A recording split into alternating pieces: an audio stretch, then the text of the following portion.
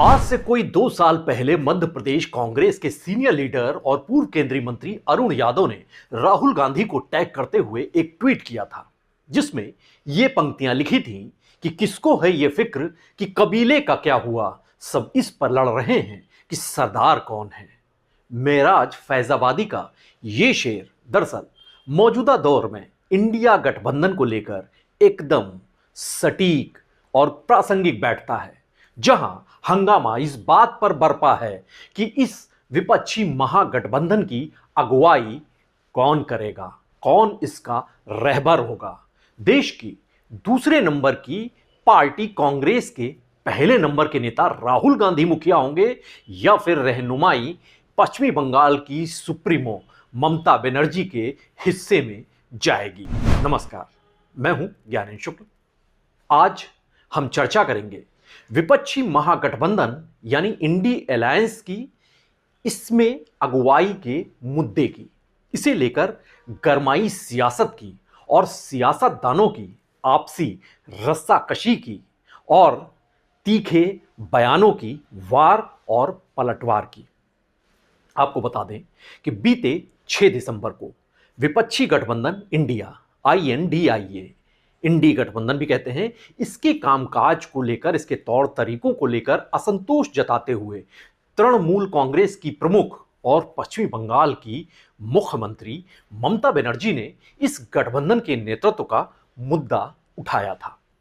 उन्होंने कहा था कि हमने ही इंडिया ब्लॉक को यानी इस इंडिया गठबंधन को बनाया है, अब इसे संभालने की जिम्मेदारी नेतृत्व करने वालों पर है। अगर वे इसे नहीं चला सकते तो मैं क्या कर सकती हूं, ये ममता बनर्जी ने कहा। उन्होंने दो टूक लहजे में यह भी कहा कि वो बंगाल की मुख्यमंत्री के तौर पर अपनी भूमिका जारी रखते हुए विपक्षी मोर्चे के नेतृत्व के साथ दोहरी जिम्मेदारी संभालने में पूरी तरह से सक्षम होंगी। ममता बनर्जी ने यह भी कहा था कि अगर मौका दिया गया तो वो इस जिम्मेदारी का सुचारू संचालन सुनिश्चित करेंगी। उनकी पार्टी TMC तृणमूल कांग्रेस के सांसद कीर्ति आजाद ने इस मुद्दे को और एक कदम आगे बढ़ाते हुए कहा कि ममता बनर्जी इस पद के लिए सबसे सुइटेबल हैं, सबसे उपयुक्त हैं, क्योंकि वही एकमात्र नेता हैं जिन्होंने अपने राज्य पश्चिमी बंगाल में बीजेपी को बार बार और लगातार हराया है। यूपी की समाजवादी पार्टी ने इंडिया गठबंधन के लीडरशिप के इस मुद्दे को और भी ज्यादा हवा दी।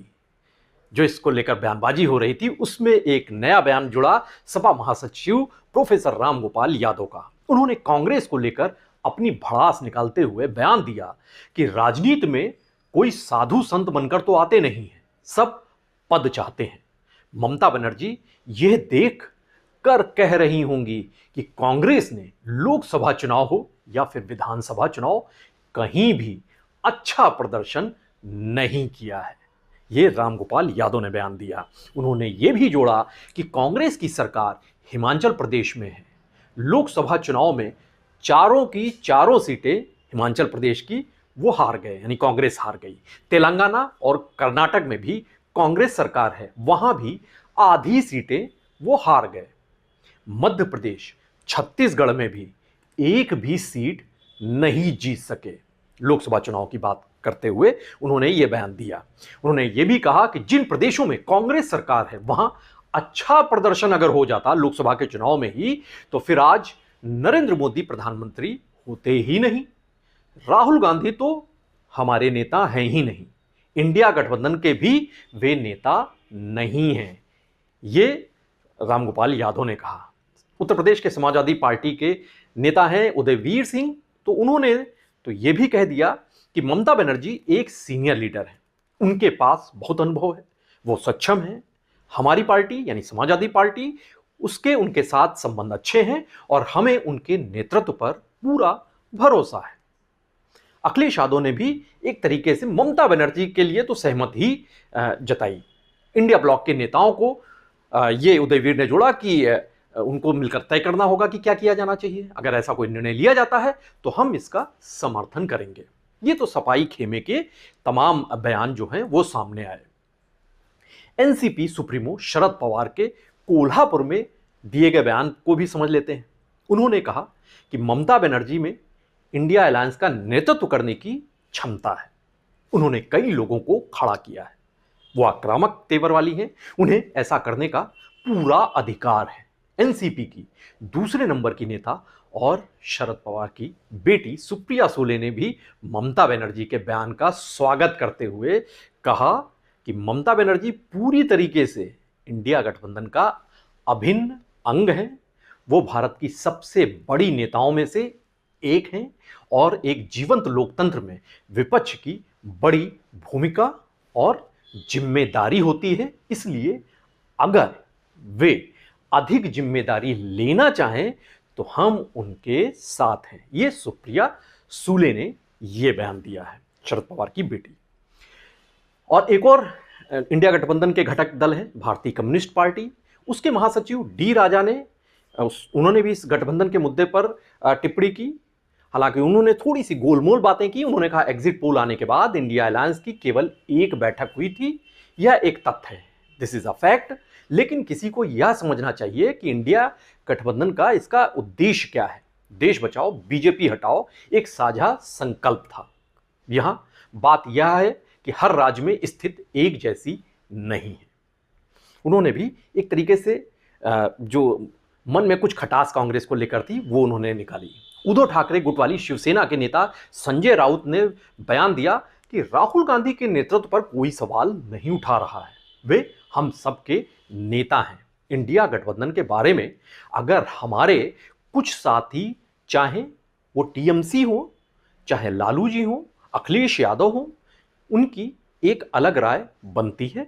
हम सब ने मिलकर इंडिया गठबंधन बनाया है विपक्ष के तमाम दलों को जोड़कर। अगर कोई नई बात रखना चाहता है और गठबंधन को ताकत देना चाहता है तो फिर उस पर विचार करना चाहिए और कांग्रेस को चर्चा में शामिल होकर अपनी बात रखनी चाहिए इस मुद्दे को लेकर। ये संजय राउत ने कहा, जो उद्धव ठाकरे वाली जो गुट है शिवसेना की, उसके नेता हैं। जम्मू कश्मीर के मुख्यमंत्री उमर अब्दुल्ला ने कहा कि लोकसभा चुनाव के बाद इंडिया की कोई बैठक नहीं हुई, इंडिया गठबंधन जो है विपक्ष का, इसलिए नेतृत्व परिवर्तन का सवाल ही नहीं उठता जब बैठक ही नहीं हुई। एक बैठक होने दीजिए और अगर ममता बनर्जी चाहें तो उन्हें नेतृत्व का दावा करने दीजिए। कांग्रेस को इस मामले में सबसे बड़ा जो झटका लगा है वो उसके पुराने सहयोगी और जो सोनिया गांधी, राहुल गांधी, प्रियंका गांधी इस परिवार के बेहद करीबी माने जाते हैं, राजद मुखिया लालू प्रसाद यादव, उनके रुख से कांग्रेस को झटका लगा। लालू प्रसाद यादव ने भी विपक्षी एकता समूह की कमान ममता बनर्जी द्वारा संभाले जाने की वकालत की और ऐसी वकालत करते हुए उन्होंने कहा कि ममता बनर्जी को नेतृत्व मिलना चाहिए, कांग्रेस के विरोध का मतलब नहीं बनता। ये लालू प्रसाद यादव ने बयान दिया। उन्होंने ये भी कहा कि हम ममता का समर्थन करेंगे, ममता बनर्जी को इंडिया ब्लॉक का नेतृत्व दिया जाना चाहिए। राजद सुप्रीमो का ये बयान कांग्रेस के लिए एक सरदर्द है, उनके लिए एक चुनौती सरीखा भी है ये बयान, क्योंकि ये उनके लिए दिक्कत तलब हो सकता है, क्योंकि बेहद करीबी माने जाते रहे हैं सोनिया और राहुल के खास तौर से। उनके द्वारा जब ऐसी कोई बात कही जाती है तो फिर गठबंधन में कांग्रेस की अगुवाई को लेकर निश्चित तौर से गंभीर सवाल खड़े हो जाते हैं। बिहार प्रदेश कांग्रेस के अध्यक्ष अखिलेश प्रसाद सिंह ने इस मामले में एक टिप्पणी की। उन्होंने कहा कि ममता बनर्जी की जो पार्टी है टीएमसी, वो तो सिर्फ बंगाल तक ही सीमित है और राष्ट्रीय परिप्रेक्ष्य में उनकी पार्टी हो या फिर उनका व्यक्तित्व ममता बनर्जी का, वो इतना बड़ा नहीं है। हालांकि सियासत की बड़ी खिलाड़ी कांग्रेस के राष्ट्रीय स्तर के जो दिग्गज नेता हैं, उन्होंने इस मुद्दे पर कोई प्रतिक्रिया नहीं दी। वे चुप्पी साधे हुए हवा का रुख भांप रहे हैं और आकलन कर रहे हैं अगले कदम का, जो बाकी सियासी दल क्या रुख अपनाते हैं उसके हिसाब से वो जुबान खोलेंगे। गौरतलब है कि बेंगलुरु में जो विपक्षी दलों ने मिलकर पिछले साल इंडिया गठबंधन तैयार किया था, अब तक इस गठबंधन के चेयरमैन का पद जो है वो खाली है। इसी साल जनवरी में नीतीश कुमार को इसके मुखिया बनने का, लीडरशिप की जो थी वो पद देने की बात हुई थी, ऑफर दिया गया था, लेकिन वो इससे इनकार करते रहे और इनकार करते करते धीरे धीरे उन्होंने इंडिया गठबंधन से नाता तोड़ लिया और वो एनडीए का हिस्सा हो गए। अब इस पद को लेकर खींचतान विपक्षी खेमे में शुरू हो गई है। चूंकि कांग्रेस खुद को देश की एक बड़ी पार्टी के साथ साथ वो तो मानती ही है, लेकिन नेता प्रतिपक्ष राहुल गांधी को भी पीएम इन वेटिंग के तौर पर वो देखती है, या वैसे ही उसकी आकांक्षाएं हैं। ऐसे में विपक्षी गठबंधन की कमान किसी दूसरे नेता को सौंपना और विपक्ष का मुखिया बन जाना, ये कांग्रेस के लिए असहज स्थिति होगी, ये सियासी जानकार मानते हैं। इंडिया गठबंधन में शामिल समाजवादी पार्टी के एक बड़े नेता ने नाम ना उजागर करने की शर्त पर कहा कि मंगलवार की शाम दिल्ली के सीएम अरविंद केजरीवाल और एनसीपी के जो सुप्रीमो हैं शरद पवार, इनकी बैठक होगी और इसमें भी गठबंधन को लेकर चर्चा होगी और ये दो अहम नेता हैं और जब ये बात करेंगे इसके बाद तस्वीर कुछ साफ हो सकेगी कि क्या विपक्ष के बाकी घटक दल किस तरीके से क्या सोचते हैं और अगला रुख उनका क्या होगा। बहरहाल इस मुद्दे को लेकर सियासत अब गर्मा गई है और इस वजह से विपक्षी सियासत की धार अब दो ध्रुवों में बंटती हुई नजर आने लगी है। बीजेपी के लिए कमोबेश ये तो अच्छी बात है, वो तो इस पर नजर लगाए ही होंगे उनके रणनीतिकार कि आखिर ये इंडिया गठबंधन के भीतर चल क्या रहा है, पक क्या रहा है। उत्तर प्रदेश की तमाम बड़ी खबरों पर हमारी नजर बनी रहेगी। आप बने रहिए पीटीसी न्यूज उत्तर प्रदेश के साथ। नमस्कार।